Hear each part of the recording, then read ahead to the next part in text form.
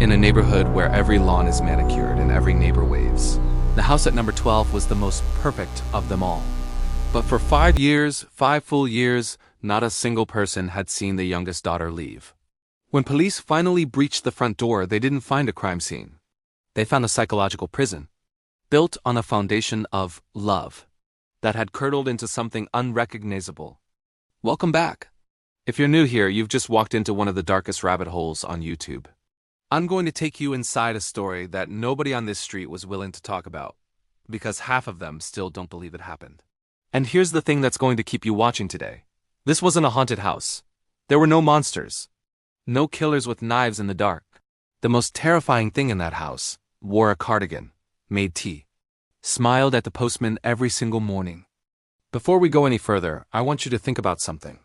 What does a perfect family actually look like from the outside? Drop your answer in the comments right now.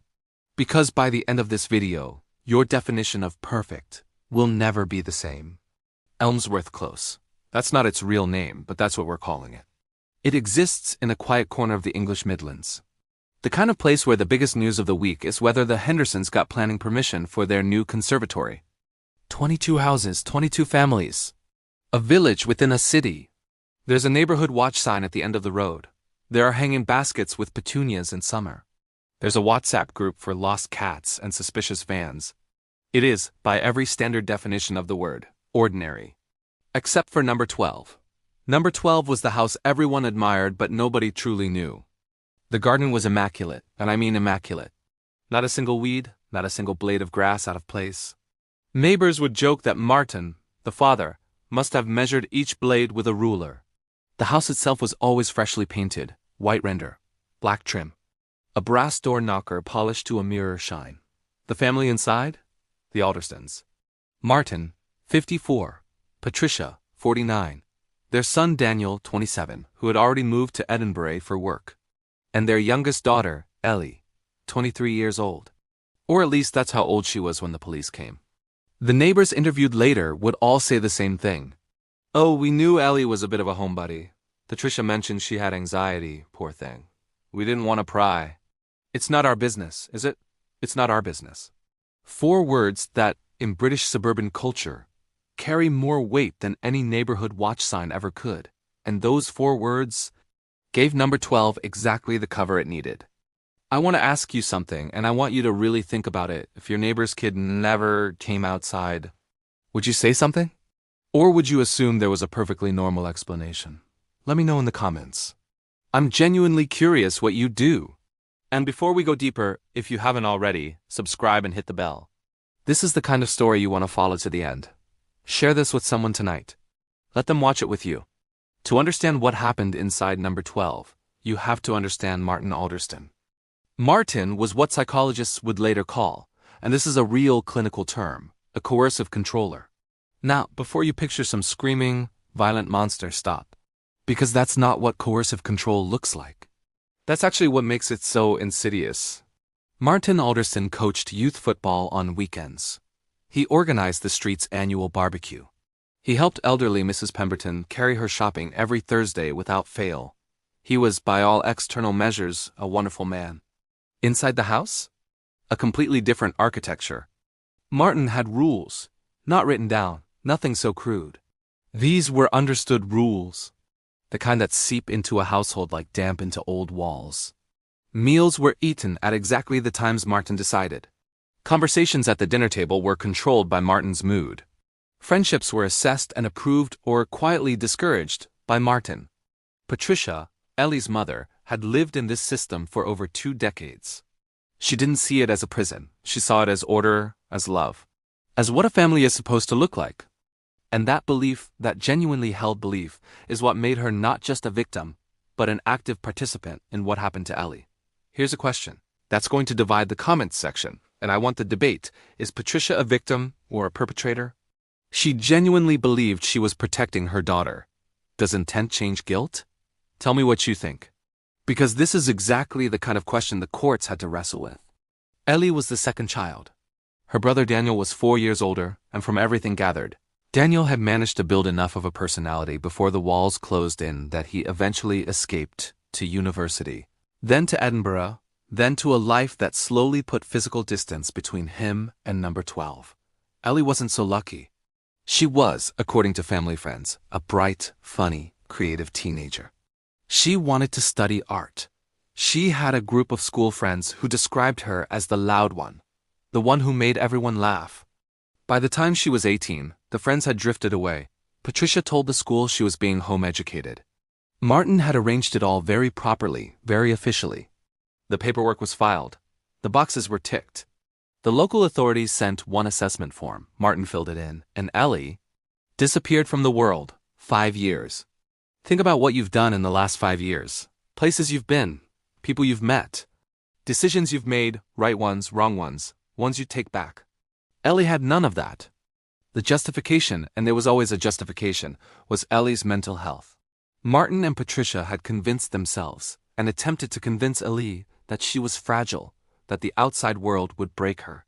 That agoraphobia, anxiety, social sensitivity, whatever label was most convenient that week, made leaving dangerous. They weren't getting her help. They were getting her dependency. Ellie had no phone. She'd had one briefly at 16. It was taken away after a conversation with a friend that Martin deemed inappropriate. She wasn't told what was inappropriate about it. She was simply told the phone was a risk to her well-being. She had no access to money. Her meals were provided.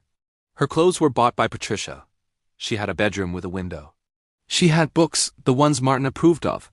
She had a small television with limited channels, and she had her parents. Every hour of every day. I need you to sit with something for a moment.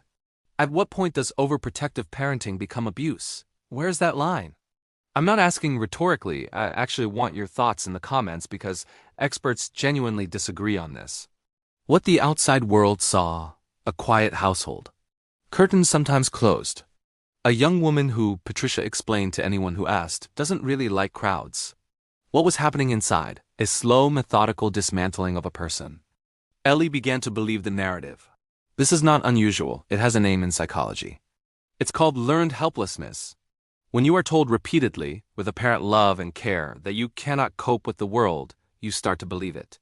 She stopped asking to go outside. She stopped asking about her friends. She stopped asking.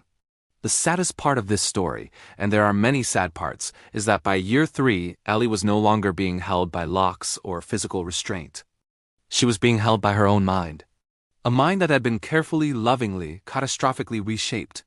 If this is hitting close to home for you, if something in this story feels familiar, please know that coercive control is recognized as a criminal offense in England and Wales, and resources exist. I'll put information in the description below. For everyone else, hit that like button. It helps this reach people who need to see it. So how does a story like this end? Not with a dramatic escape. Not with Ellie climbing out of a window in the dead of night. It ended with a library book. Daniel, the older brother in Edinburgh, had maintained a distant but careful relationship with his family. He knew something was wrong, had known for years. But naming it, confronting it, felt impossible in the way that confronting your own parents always feels impossible. On a trip back to the Midlands for a family occasion, Daniel noticed something he hadn't seen in years. A library book on Ellie's bedside table. He didn't say anything at the time. But afterward, he thought, she can't get to the library. Who got her that book? He rang the library. A librarian, a woman named Margaret, who had been quietly, carefully befriending Ellie through a mobile library service Patricia had allowed because she thought it was harmless, had been giving Ellie books for over a year. And in the back of one book, Ellie had written something. A note. 3 lines. I am not sick. I am not fragile. I don't know how to get out. Margaret the librarian made a decision in that moment that would change everything. She could have told herself it wasn't her place, that there was probably a normal explanation. Instead, she made a call. My question to you, would you have made that call? Genuinely. Knowing you could be wrong, knowing it could cause enormous disruption to a family, what would you have done? Tell me in the comments. Margaret called social services. The first visit, a welfare check, was turned away at the door by Martin, who explained that Ellie was unwell and resting, and that the family was managing well, thank you very much. But a flag had been raised. And this time, it wasn't going away. A second visit, coordinated with police, resulted in access to the property. And that is when officers walked into the most perfect house on Elmsworth Close. Officers would later describe the interior of number 12 as immaculate. Not in a crime scene way. In a show-home way.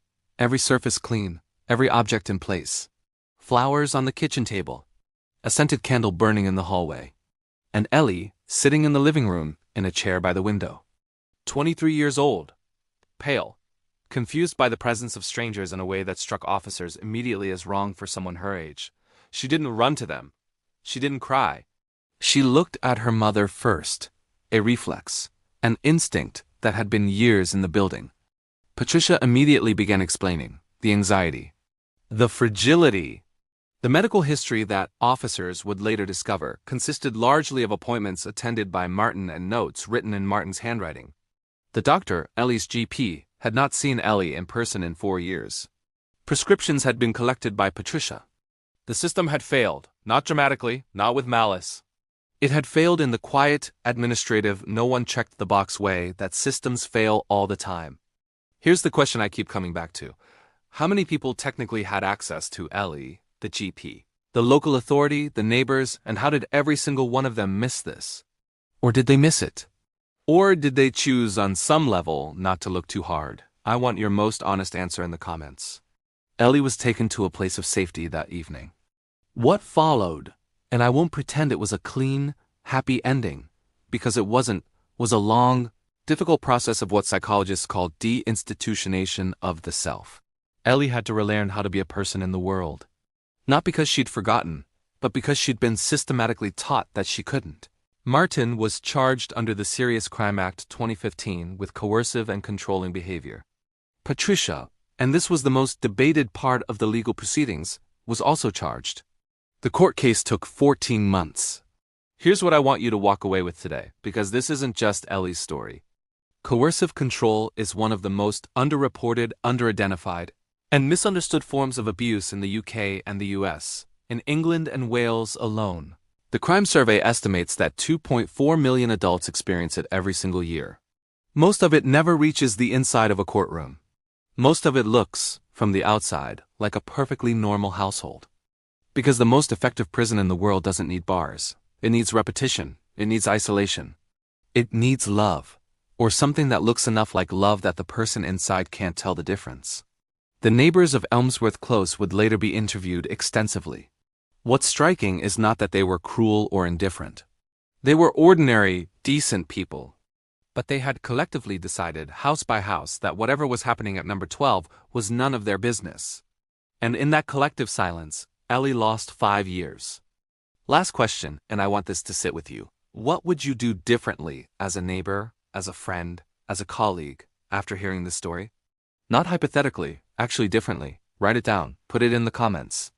Margaret the librarian, by the way, was given a commendation by the local police force. She says she almost didn't make the call. She says she told herself 3 times that she was being dramatic, that she was overreacting, that it wasn't her place. And then she made the call anyway. Sometimes the most important thing in the world is making the call anyway. Before I go, I want to say something. This channel exists because I believe that the darkest stories told honestly make us more human. They make us pay more attention. They make us less likely to look away. If this video made you uncomfortable, good. Discomfort is how we grow. If it made you think of someone, reach out to them. Today, not tomorrow. If you got this far, hit the like button, subscribe if you haven't already, and share this with one person tonight. Not for clicks, because this is the kind of thing that once you know it exists, you can't unknow. I'll see you in the next one. Stay curious. Stay paying attention.